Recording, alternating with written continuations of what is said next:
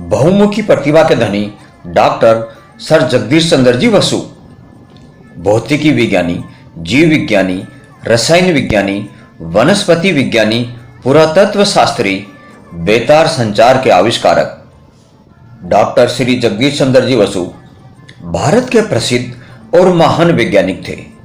उन्हें भौतिकी, वनस्पति विज्ञान, जीव विज्ञान तथा पुरातत्व का गहरा ज्ञान था। वे दुनिया के पहले वैज्ञानिक थे जिन्होंने रेडियो और सूक्ष्म तरंगों की प्रकाशिकी पर कार्य किया। डॉक्टर जगदीश चंद्र जी बसु ने वनस्पति विज्ञान में कई महत्वपूर्ण खोजें की।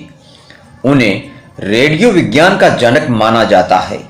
श्री जगदीश चंद्र जी बसु को उनकी महान खोजों के लिए भले ही कभी नोबेल पुरस्कार नहीं दिया गया हो, लेकिन इनके स्थान पर 1909 में मार्कोनी को नोबेल पुरस्कार दे दिया गया। भारत के बंगाल प्रांत में 30 नवंबर 1858 को, जो अब बांग्लादेश में ढाका जिले के फरीदपुर के मेनन सिंह में हुआ।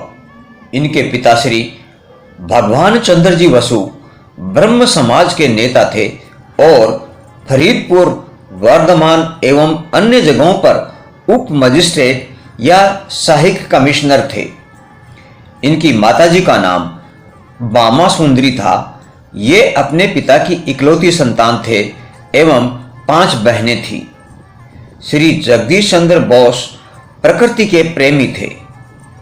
श्री जगदीश चंद्र जी बसु की शिक्षा एक बंगला विद्यालय में प्रारंभ हुई। विद्यालय शिक्षा के बाद वे कलकत्ता आ गए और सेंट जेवियर स्कूल में प्रवेश ले लिया।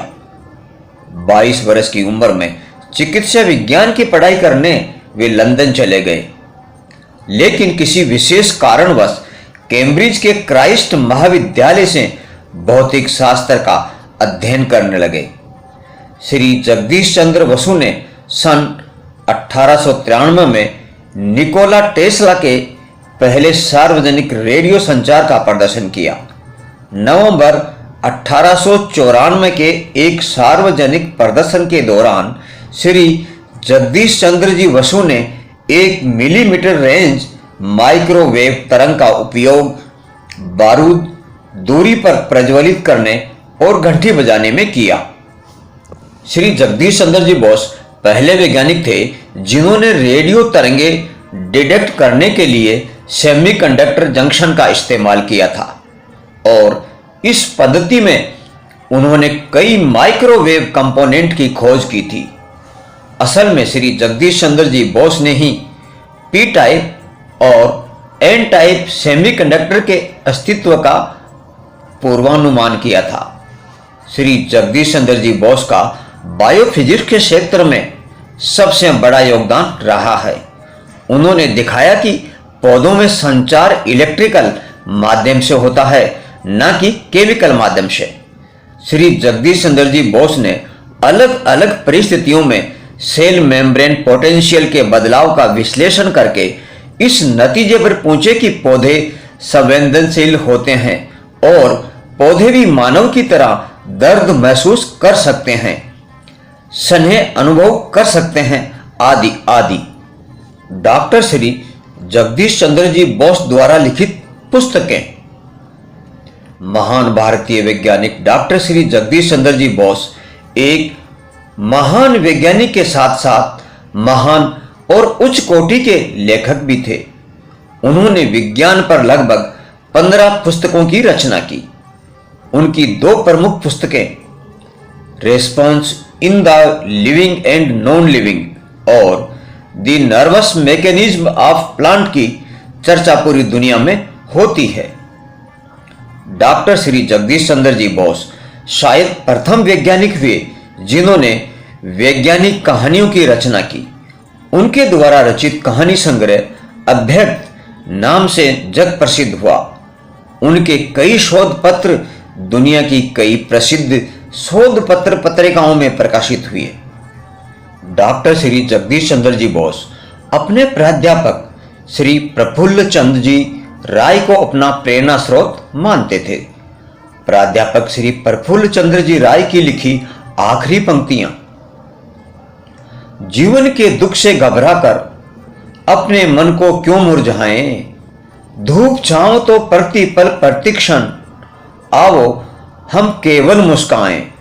ये पंक्तियां पढ़कर डॉक्टर श्री जगदीश चंद्र जी बोस के जीवन की प्रेरणा बन गई।